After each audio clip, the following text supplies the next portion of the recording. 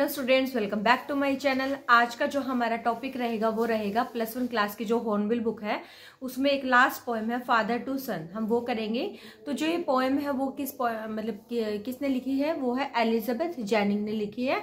और जो Elizabeth ginning है वो एक इंग्लिश पोइट है। जैसा कि हमारे टाइटल से ही क्लियर है कि फादर टू सन, तो ये जो पोएम है वो फादर और सन की रिलेशनशिप के बारे में है। ठीक है, let's recite this poem. I don't understand this child, though we have lived together now in the same house for years. I know nothing of him, so try to build up a relationship from how he was when small. तो जो ये poem है, इस poem में जो मतलब हमारा जो फादर है, ठीक है, तो वो फादर वो कहते हैं कि भी आई डोंट अंडरस्टैंड दिस चाइल्ड। अब ये दिस चाइल्ड क्यों बोल रहा है, वो ये क्यों नहीं कह रहा कि I don't understand my child.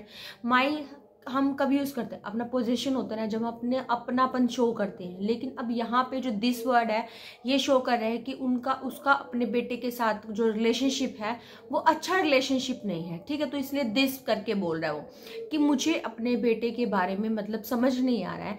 दो we have lived together now, कि हम जबकि काफी टाइम से हम इकट्ठे भी रहते हैं। In the same house for years, हम इतने सालों से हम एक ही घर में रह रहे हैं।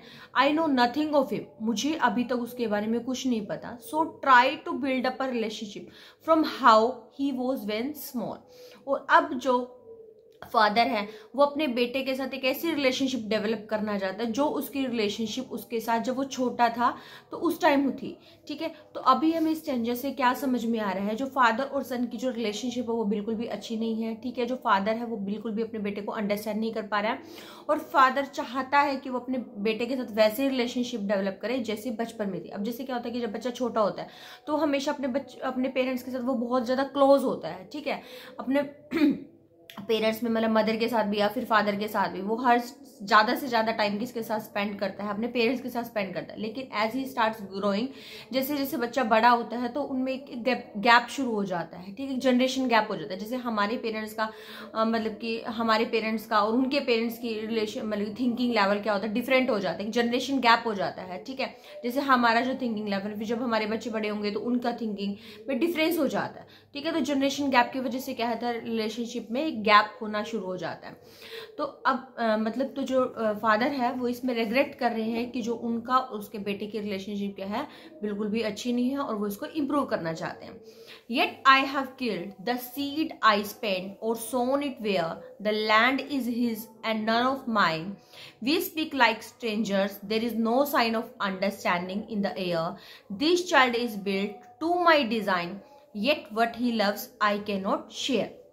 Yet have I killed the seed I spent और sown it where the land is his and none of mine. इसका मतलब क्या, इन 3 लाइन्स का मतलब क्या है कि जो सीड है, सीड भाई जो उसने जिस लैंड में उगाया था, ठीक है, अब वो उसे ऐसा लग रहा है कि वो सीड है वो उसने उसको किल कर दिया है, अपने आप ही उसको किल कर दिया है। ठीक है, और जो लैंड है वो उसका है, नन ऑफ माइन। वो कहता है कि मेरा कुछ नहीं है, मतलब कि जहाँ पे जो मतलब कि जैसे उसने सीड तो उगा दिया है, ठीक है, उसने उगाया, लेकिन अब वो लैंड तो उसकी है लेकिन उसका कुछ नहीं है। इसका मतलब क्या हुआ कि भाई जो उसका बच्चा बड़ा हुआ तो उसकी वजह से ही है ना, जो उसका ब्लड है, जो उसका फ्लैश है, वो उसके बेटे का उसी की वजह से तो है ना, लेकिन वो उसको समझ नहीं पा रहा, तो इट मीन्स उसका कुछ नहीं है। वी स्पीक लाइक स्ट्रेंजर, कि हम लोग ऐसे बातें करते हैं जैसे हम एक दूसरे को बिल्कुल भी नहीं जानते हैं। There is no sign of understanding in the air. इसका मतलब क्या है कि दूर दूर तक कहीं भी उनके बीच में कोई भी अंडरस्टैंडिंग नहीं है। This child is built to my design, मतलब कि this child is built to my design का मतलब है कि जो बच्चा है वो बिल्ट उसकी वजह से ही तो हुआ है ना। Yet we have loves I can not share, लेकिन उसकी मतलब कि उसने ही उसको डिजाइन किया, मतलब उसकी वजह से ही है उसका बेटा, लेकिन फिर भी उसको ये नहीं पता कि उसके बेटे की जो चॉइसेस हैं वो क्या है, मतलब उससे बिल्कुल भी कुछ भी शेयर नहीं करता है। ठीक है, तो इस टेंजा में भी जो फादर है वो लेमेंट कर रहा है अपने मतलब कि अपने बेटे के साथ की रिलेशनशिप के ऊपर। Silence round us, I would have him prodigal returning to। Silence round us का मतलब क्या है कि अब उनके बीच में बिल्कुल साइलेंस है, अब उनके बीच में कोई भी डिस्कशन नहीं हो रहा है, कोई भी कम्युनिकेशन नहीं हो रहा है कि जैसे कि वो अपने बैठ के टाइम स्पेंड कर सके या फिर मतलब कि शेयरिंग कर सकें अपनी फीलिंग्स को। तो वो कहते हैं कि I would him prodigal. Prodigal क्या होता है कि the person who spends a lot of money, जो मतलब पर्सन ज़्यादा पैसे खर्च करता है। तो वो कहते हैं कि वो बहुत ज़्यादा पैसे खर्च करता है रिटर्निंग टू हिज हाउस, लेकिन उसको ये है कि भाई वो अपने फादर के घर पर वापस आ जाए। The home he new, the home he new मतलब जो घर जो उसे शुरू से ही पता है कि वो घर उसका ऐसा है। Rather than see him make and move his world, कि इसकी बजाय कि वो अपने एक अलग दुनिया में वो चला जाए, एक स्ट्रेंजर दुनिया में चला जाए। I would forgive him too, वो कहते हैं कि मैं उसे माफ भी कर दूंगा। Shaping from sorrow a new love, और पोइट क्या चाहता है कि जो सैडनेस है, जो पेन है उनके एक रिलेशनशिप में, उसको वो खत्म करके एक नया लव से अपनी नई रिलेशनशिप को शुरू कर सकता है। ठीक है, वो अपने बेटे को हर हालत में एक्सेप्ट कर रहा है। ठीक है, वो कह रहा है कि चाहे बेशक से मेरा बच्चा ज्यादा पैसे खर्च करे, लेकिन वो एक नई दुनिया में ना जाए। ठीक है, वो वापस मेरे पास आए और एक नए तरीके से वो अपनी रिलेशनशिप को शुरू करना चाह रहा है। Father and son we both must live on the same globe and the same land. अब वो कह रहे हैं कि जो हम फादर और सन हैं, हम दोनों के दोनों एक सेम ग्लोब पर रह रहे हैं, सेम लैंड पर रह रहे हैं। ठीक है, he speaks I cannot understand my self. अब यहाँ पे ही स्पीक्स कौन है? यहाँ पे उसका जो बेटा है, सन है, वो कहता है कि मुझे अपने बारे में खुद ही नहीं पता। Why anger grows from grief, why anger grows from grief का मतलब कि क्यों मेरे मतलब कि गुस्से में से, क्यों मेरे एंग्विशेस में से मतलब है बहुत ज्यादा ही गुस्सा हो जाता हूँ, दुख में से, मेरे पेन में से बहुत ज्यादा गुस्सा हो जाता है। क्या होता है कि समटाइम्स हमारा जब मूड अच्छा नहीं होता कि हम बहुत ज्यादा गुस्सा दूसरे के ऊपर ढाल देते ना। तो इसी तरीके से वो कहता है कि बेटा कह रहा है कि मुझे खुद नहीं पता चल रहा कि मैं इतना गुस्सा क्यों हो जाता हूँ। We each put on empty hand, कि हम दोनों को ही खाली हाथ करके, खाली हाथ का मतलब क्या है कि हम लोगों के अंदर जितने भी शिकवे हैं, शिकायतें हैं, वो सब मिटा के, सब मतलब भुला के, तो longing for something to forgive. वो कहते हैं कि भाई हमें एक दूसरे को सारी पिछली बातें भुलाकर एक नई मतलब कि रिलेशनशिप शुरू करने की मतलब कि शुरुआत करनी चाहिए। Longing for something to forgive, और हमें मतलब कि सब कुछ आपस में एक दूसरे को मतलब कि फॉरगिव मतलब माफ कर देना चाहिए कि जो हमसे गलती हुई है आपस में एक दूसरे से, और सब कुछ भुला के एक नई तरीके से मतलब कि रिलेशनशिप को शुरू करना चाहिए। तो जो हमारी जो पोएम की जो स्टार्टिंग है उसमें क्या है, जो पोएम की जो टोन होती है वो क्या होती है, लेमेंट की होती है। ठीक है, लोनलीनेस की शो कर रही है, लेकिन एंड ऑफ द पोएम एक होप की टोन मतलब कि नजर आ रही है कि भाई उनमें एक उम्मीद आती है कि जैसे वो एक अपने रिलेशनशिप को दोबारा से एक नए सिरे से शुरू करेंगे।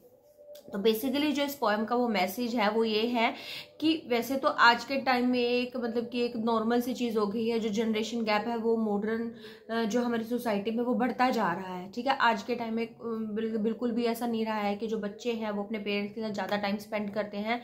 ठीक है, everybody is busy in their doing their own work.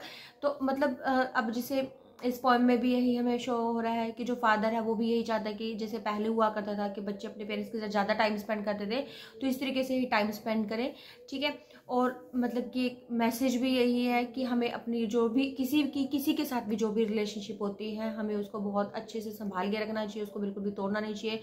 क्योंकि we take a lot of years to make our relationship, but we take few moments to shatter the relationship. हमें बहुत साल लग जाते हैं अपने रिलेशनशिप को बनाने के लिए। ठीक है, ऐसे मिनटों में तो नहीं बनती, लेकिन थोड़ा सा ही टाइम लगता है उसको जब हम तोड़ देते हैं। तो हमें बहुत ही we must be careful for our relations. अब बेशक से वो फादर सन का हो, कोई भी रिलेशन हो हमारी लाइफ में, तो हमें केयरफुल होना चाहिए। तो let's discuss the poetic devices. Poetic devices क्या है? फर्स्ट इसमें क्या है, इंजैममेंट। आपको मैंने पहले भी कई बार बताया है, जब पोएम डिस्कस करते हैं इंजैममेंट का मतलब क्या होता है, जब एक लाइन से दूसरी लाइन पे शिफ्ट करते हैं पोएम में, पोएट्री में, तो उसमें कोई कॉमा नहीं होता है, तो वो क्या होता है, इंजैममेंट होता है। राइट। सेकेंड हमारा क्या है इसमें, द सीड आई स्पेंड और सोन। अब सीड में क्या है, साउंड ऑफ कॉन्सोनेंट है। ठीक है, स की साउंड आ रही है, तो यहाँ पे क्या है, अलिट्रेशन है। ठीक है, फिर उसके बाद हमारा इस वर्ड में जैसे एक ये इसमें भी है साइलेंस राउंड अस। साइलेंस राउंड अस में भी क्या है, एलिट्रेशन है। फिर नेक्स्ट पोएटिक डिवाइसेस क्या है, स्पीक लाइक स्ट्रेंजर। तो स्पीक जब लाइक वर्ड होता है तो हमारा क्या होता है, सिमिली होती है। और फिर इसमें नेक्स्ट डिवाइसेस कौन सी है हमारी, द सीड आई स्पेंट और सोन। इट वेयर, तो इसमें जो सीड को किससे कंपेयर किया गया है, उसके बेटे से कंपेयर किया गया है। तो जब इस तरीके से कंपैरिजन होता है, इनडायरेक्ट कंपैरिजन होता है, तो हम कौन सी पोएटिक डिवाइसेस यूज करते हैं, मेटाफर यूज करते हैं। तो ये हमारी सारी पोएटिक डिवाइसेस हो गई हैं। और इसमें जो पोइट का भी नाम भाई अच्छे से याद रखना होता है, क्योंकि एक क्वेश्चन तो हमारा यही होता है, name the poem and name the poet. तो नेम ऑफ द पोएम आपको पता ही चल गया होगा, फादर टू सन है, एंड नेम द पोइट क्या है, एलिजाबेथ जेनिंग है। ठीक है, ये फीमेल है और इंग्लिश पोइट है, बस इतना ही। और इसकी जो जितनी भी ज़्यादातर जो पोएम्स होती हैं वो मतलब कि जैसे ह्यूमन रिलेशनशिप से रिलेटेड ही होती हैं। ठीक है, ओके, आई होप आपको ये पोएम अच्छी लगी होगी। अगर अच्छी लगी है तो कमेंट सेक्शन में राइट करके बताएं। आप बताते भी हैं तो बहुत अच्छी बात है, अच्छा लगता है। आप लाइक करें, ज़्यादा से ज़्यादा लाइक करते हैं, वो एक मोटिवेशन का काम करता है। ठीक है, थैंक यू।